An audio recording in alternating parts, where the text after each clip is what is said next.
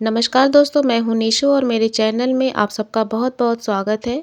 दोस्तों, आज की वीडियो में मैं लेकर आई हूं एक अपडेट न्यूज़ जिसमें कि मैं आपको बताने जा रही हूं देश के कौन से राज्य में अलग झंडे की मांग हुई है और हाई कोर्ट ने कहा टाइम क्यों बर्बाद करते हैं। तो आइए इसी न्यूज़ को आगे बढ़ाते हैं दोस्तों। दोस्तों, कर्नाटक हाई कोर्ट ने राज्य के लिए एक अलग झंडे की मांग करने वाली याचिका को खारिज कर दिया है। हाई कोर्ट ने कहा कि इस तरह की याचिकाओं का कोई आधार नहीं होता है और ये कोर्ट के वक्त की बर्बादी है। कर्नाटक हाई कोर्ट ने शुक्रवार को राज्य के लिए अलग झंडे की मांग करने वाली एक जनहित याचिका को खारिज कर दिया है।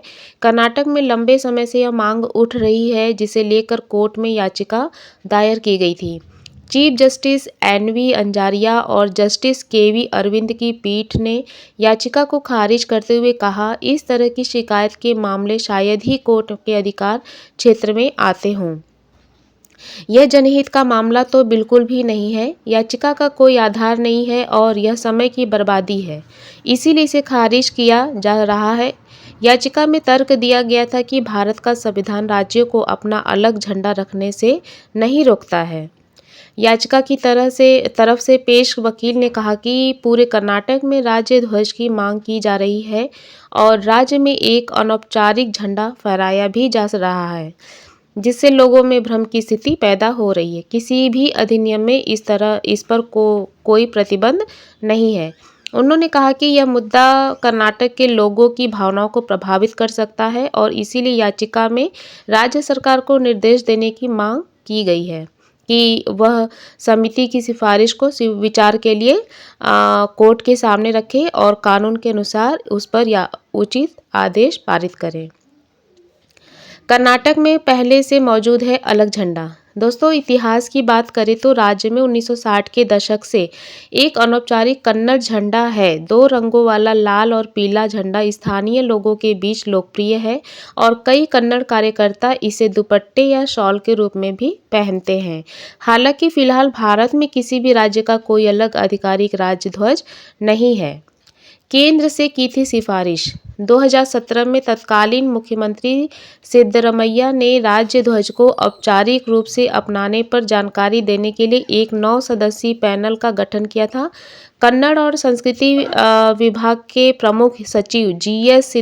सिद्धरमैया की अध्यक्षता वाले इस पैनल में कई विद्वान, इतिहासकार और लेखक शामिल थे। राज्य सरकार को रिपोर्ट सौंपे जाने के बाद डिजाइनरों की एक टीम ने राज्य ध्वज का एक अलग संस्करण तैयार किया था जो राष्ट्रीय तिरंगे के जैसा ही था, लेकिन उसके बीच में एक चक्र की जगह कर्नाटक का राजकीय प्रतीक था। सिद्धरमैया ने 8 मार्च 2018 को इस डिज़ाइन का अनावरण किया था। इसके बाद कर्नाटक के नए झंडे को कानूनी दर्जा देने की मांग करते हुए केंद्र सरकार को एक प्रस्ताव भेजा गया था। इसकी भाजपा और कई पार्टियों ने आलोचना भी की थी। कर्नाटक में एच.डी. कुमारस्वामी और बी.एस. येदियुरप्पा के नेतृत्व में सरकारें बनी, लेकिन उन्होंने केंद्र सरकार के सामने यह प्रस्ताव पेश नहीं किया। बाद में येदियुरप्पा सरकार ने अगस्त 2019 में राज्य की ओर से औपचारिक रूप से इस प्रस्ताव को वापस ले लिया था। दोस्तों, कर्नाटक के अपने अलग क्षेत्रीय झंडे के प्रस्ताव को अगले साल होने वाले विधानसभा चुनावों की जमीन तैयार करने की कोशिश के तौर पर देखा जा रहा है। यह प्रस्ताव फिलहाल शुरुआती स्तर पर है और याचिकाकर्ताओं के एक समूह के सवालों के जवाब में राज्य सरकार ने राज्य के लिए कानूनी तौर पर मान्य झंडे का डिजाइन तैयार करने के लिए अधिकारियों की एक समिति तैयार की थी। भारत में जम्मू कश्मीर राज्य के सिवाय किसी अन्य राज्य के पास अपना झंडा नहीं है। जम्मू कश्मीर के पास धारा 370 के तहत अपना अलग झंडा है। दिलचस्प बात यह है कि याचिका 2008 और 9 के बीच उस वक्त दायर की गई थी जब कर्नाटक में भारतीय जनता पार्टी की सरकार थी। उस वक्त भाजपा सरकार ने कर्नाटक हाई कोर्ट को बताया था कि राज्य का अलग झंडा होना देश की एकता और अखंडता के खिलाफ है। अपनी उसी दलील पर कायम रहते हुए भाजपा ने इसे राष्ट्रवाद का मुद्दा बनाया है और पहले ऐसा लगा कि केंद्र में मौजूद कांग्रेस नेतृत्व इस पर असमंजस की स्थिति में रही। कांग्रेस के कर्नाटक राज्य प्रभारी केसी वेणुगोपाल ने कहा, इस मुद्दे पर चर्चा करने के लिए कन्नड़ और सांस्कृतिक विभाग ने एक समिति का गठन किया। इस पर कांग्रेस सरकार ने कोई फैसला नहीं लिया है। भाजपा बेमतलब ही इस मुद्दे का विवाद बना रही है। वेणुगोपाल का बयान प्रदेश के मुख्यमंत्री सिद्धरमैया के उस बयान के बाद आया जिसमें कर्नाटक के लिए झंडे का विरोध करने के लिए भाजपा की आलोचना की। पत्रकारों के सवाल के जवाब में सिद्धरमैया ने कहा, क्या संविधान में कोई ऐसा प्रावधान है जो राज्य को अलग झंडे को अपनाने से रोकता है? क्या भाजपा के लोगों को संविधान में इस तरह के किसी प्रावधान की जानकारी है कि राज्य का अपना झंडा नहीं हो सकता? अगर वो कहना चाहते हैं कि उन्हें कर्नाटक के लिए अलग झंडा नहीं चाहिए तो वो ऐसा कहें। मुख्यमंत्री सिद्धरमैया ने स्पष्ट तौर पर इससे इनकार किया कि आगामी चुनावों से इसका कोई संबंध है। उन्होंने कहा, चुनाव तो अगले साल मई में है। उनका कहना है कि इसका सियासत से कोई लेना देना नहीं है, लेकिन कांग्रेस और भाजपा के राजनीतिक कार्यकर्ता एक मुस्कान के साथ इस दलील को खारिज करते दिखते हैं। नाम जाहिर न करने की शर्त पर कांग्रेस के एक नेता ने बताया कि क्षेत्रीय झंडा होने का मतलब ये नहीं कि राष्ट्रीय झंडे का अपमान होगा। कर्नाटक का झंडा तिरंगे के नीचे ही उड़ेगा। हाँ, ये बात सच है कि अगले साल चुनाव है, तो ऐसे में इस फैसले के कारण क्षेत्रीय संवेदनाओं के भी राजनीतिक मायने निकाले जा रहे हैं।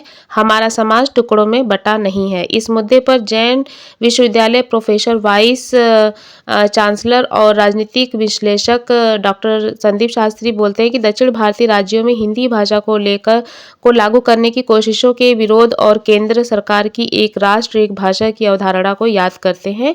वो कहते हैं, यह भाषा के खिलाफ चर्चा नहीं है, लेकिन लोगों के प्रभुत्व के खिलाफ है जो उस भाषा का प्रतिनिधित्व करते हैं।